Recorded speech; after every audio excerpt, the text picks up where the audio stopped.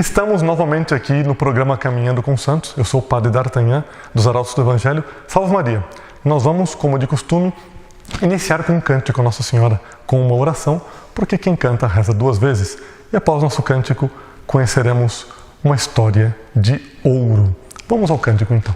Hoje nós cantaremos um dos cânticos mais antigos a Nossa Senhora, que a Igreja canta, Subtuum Praesidium. Eis a tradução. À vossa proteção recorremos, Santa Mãe de Deus. Não desprezeis as nossas súplicas em nossas necessidades, mas livrai-nos sempre de todos os perigos, ó Virgem gloriosa e bendita. Livrai-nos de todos os perigos. Isso tem muito a ver com a história do santo que nós ouviremos hoje.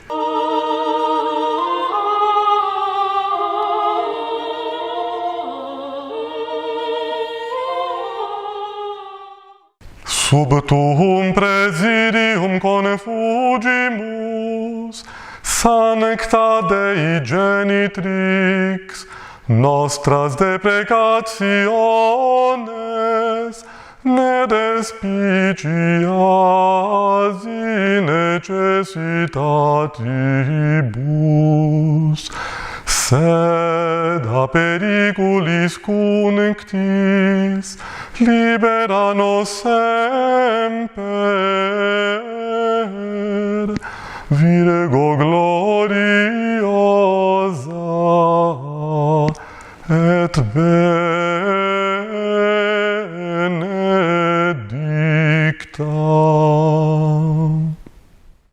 Nós estamos na Itália, em plena Idade Média, e nós temos um jovem que foi escolhido de família nobre para servir a Deus.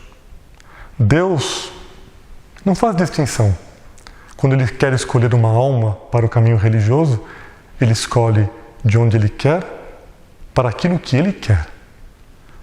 São Tomás de Aquino, o grande São Tomás de Aquino, aquele santo que durante o Concílio de Trento, para ter uma ideia da grandeza deste santo, quando a Igreja definiu vários pontos contra o protestantismo, portanto contra Lutero, que acabava de se revoltar, há certo tempo havia se revoltado contra a Igreja, e havia sido excomungado.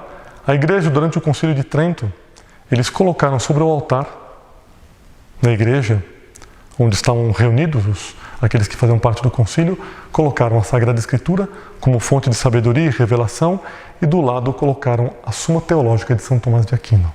Para terem uma ideia da grandeza deste santo, aquilo que ele escreveu, aquilo que ele ensinou, era considerado a doutrina da Igreja, doutrina sólida da Igreja.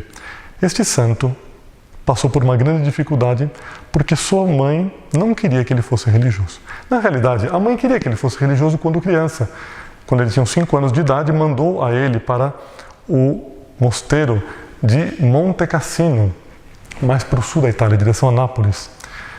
Mandou para lá, porque queria que ele fosse abade do convento, do mosteiro. Ele foi com 5 anos, só que o sonho da família não se realizou. Houve um problema todo, umas guerras na Itália.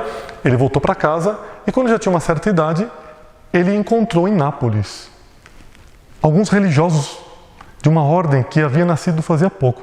Essas coisas são assim. As ordens que são novas, normalmente elas são incompreendidas quando elas começam. São muito perseguidas, inclusive. Mas depois, com os milagres, com tudo aquilo que Deus faz através destas ordens novas, tudo aquilo que é perseguição transforma-se em glória. O mesmo aconteceu com os dominicanos.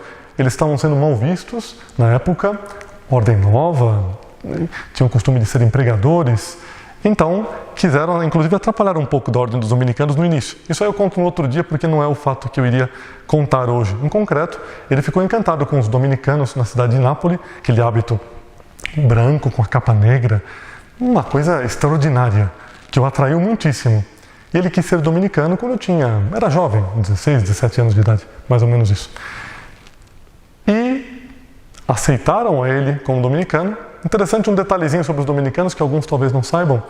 A palavra dominicanos, alguns pensam que os dominicanos são chamados de dominicanos por causa de São Domingos de Gusmão, o fundador. Não é isso, não. São Francisco de Assis fundou os franciscanos, né? Na verdade são os frades menores. Depois houve algumas divisões dentro da ordem, algumas ramificações, como os capuchinhos, mas eles são chamados franciscanos por causa de São Francisco. Os dominicanos não são chamados dominicanos por causa de São Domingos, São chamados dominicanos porque São Domingos quis colocar o nome deles de Domini Canis, ou seja, em latim, os cães do Senhor, aqueles que ladram contra a heresia. Era a função deles, perseguir a heresia, dobrar o erro e fazê-lo prostrar-se diante da verdade. É um exemplo para nós.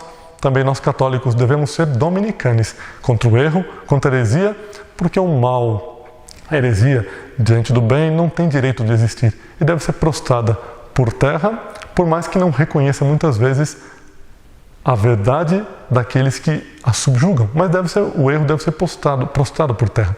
Enfim, deixamos os dominicanos de lado, vamos a São Tomás de Aquino para não nos alongarmos demais. É um problema porque eu prometi que ia ser curto nos programas que eu gravaria. Se eu começar a ser muito longo, vai dar uma grande tentação em você que está me assistindo. Porque você vai ficar com a tentação de falar mal do padre, porque fala muito. E falar mal do padre é pecado grave e sem arrependimento não tem perdão. Para evitar esse tipo de tentação, vamos procurar ser breves e nos atemos aqui ao que nos havíamos prometido para esse programa. São Tomás de Aquino. Ele entrou em contato com os dominicanos e viajou com eles para Roma, e de Roma iria para a Alemanha, para a colônia, para estudar. Estava em Roma, já com o hábito dominicano, e saindo de Roma foi em direção, subindo a Europa, para ir para a Alemanha. Entretanto, na metade do caminho, os irmãos dele, o pai já era falecido, a mãe era viva ainda, Condessa de Aquino, ele era de família muito nobre, uma alta categoria de nobreza. Os irmãos dele interceptaram aquela caravana dos dominicanos, chegaram a cavalo e disseram que a Condessa havia mandado prender a São Tomás de Aquino porque ela não queria que ele fosse religioso dominicano, que ele voltaria para casa. Ele disse que não, que ele já tinha bastante idade, tinha decidido o seu caminho, não teve o que fazer. A vontade da família prevaleceu sobre a vontade daquele jovem vocacionado que viria a ser o grande iluminado da igreja, São Tomás de Aquino, que teria sua Suma Teológica junto à Sagrada Escritura sobre o altar no Concílio de Trento. São as coisas que as famílias às vezes não compreendem, mas Deus tem os seus caminhos. Então, eles prenderam São Tomás de Aquino, levaram embora e levaram ele para um castelo e deixaram ele trancado dentro da torre de um castelo. Vejam só a maldade de sua mãe. Como ela não queria que o filho fosse religioso dominicano, ela preferiu a perdição do filho do que o caminho religioso para aquele filho. Que tristeza, as famílias que agem assim, muitas vezes atrapalhando os planos de Deus, que às vezes desejaria salvar almas por meio daquela vocação.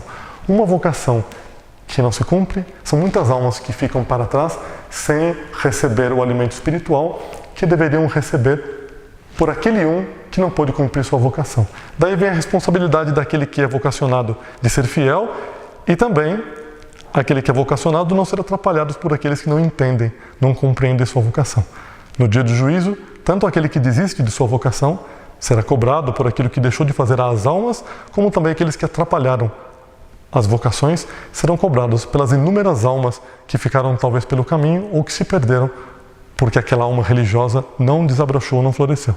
São Tomás ficou preso nessa torre. Em determinado momento, os irmãos, por desejo da mãe, levaram uma mulher de má vida, perdão o termo, uma prostituta para dentro da torre, colocaram ela lá dentro e fecharam a porta para que ele se perdesse. Ele tomou um susto vendo aquela mulher impura. Havia uma lareira dentro da torre. Ele foi até lá e pegou um pedaço de pau que estava pegando fogo, um tição de fogo, e saiu correndo atrás dela para dar-lhe uma boa pancada por aquele infame que estava desejando aquele santo que estava de hábito lá dentro daquela torre. Ela ficou desesperada porque viu que ele ia bater mesmo. Porque os santos, quando eles são radicais mesmo. Não são da boca para fora. Eles fazem aquilo que eles prometem, é o que eles vão cumprir. Não o que eles prometeram, eles cumprem normalmente muito mais do que aquilo que eles prometeram. Assim seria São Tomás de Aquino. Realmente foi melhor para ela ter saído rápido daquela torre do que ter saído com a cabeça rachada daquela torre. Realmente São Tomás foi atrás dela, ela começou a bater na porta desesperada, os irmãos abriram a porta e ela saiu. São Tomás fechou a porta. Os irmãos fecharam a porta e ele ficou naquela situação terrível, ter visto aquela mulher infame que se apresentou diante dele da pior maneira possível. Ele se ajoelhou e rezou, muito triste com aquela situação que a própria família estava causando. E nesse momento, a dor transformou-se numa glória. Um anjo apareceu e trouxe um símbolo, espécie de uma corda, aquele que o padre utiliza, coloca em torno da cintura na missa. Tem a alva, tem um símbolo que ele amarra antes de colocar a estola. pegou um símbolo de ouro que ele trazia do céu, colocou em São Tomás de Aquino para recompensá-lo por não ter caído naquela tentação impura. Aquele símbolo de ouro somente São Tomás de Aquino via, com a vista sobrenatural, as outras pessoas não viam. Até o fim da vida, a partir daquele momento, nunca mais São Tomás de Aquino teve uma só tentação de pureza. Se nós passamos por tentações de pureza, por dificuldade, peçamos a São Tomás de Aquino que ele nos ajude, que interceda junto a Nossa Senhora para que nós vençamos todas as batalhas, para o cumprimento de nossa vocação, aqueles que são religiosos, ou as famílias que me ouvem, que têm uma vocação católica, cristã, de seguir a nosso Jesus Cristo nesse mundo conturbado. Que nós cumpramos nossa vocação como católicos, apostólicos romanos e ao mesmo tempo sejamos puros, íntegros, santos. Que Nossa Senhora abençoe e proteja, que São Tomás sempre esteja a seu lado. Eu, no dia de hoje, rezarei por você. Salve Maria!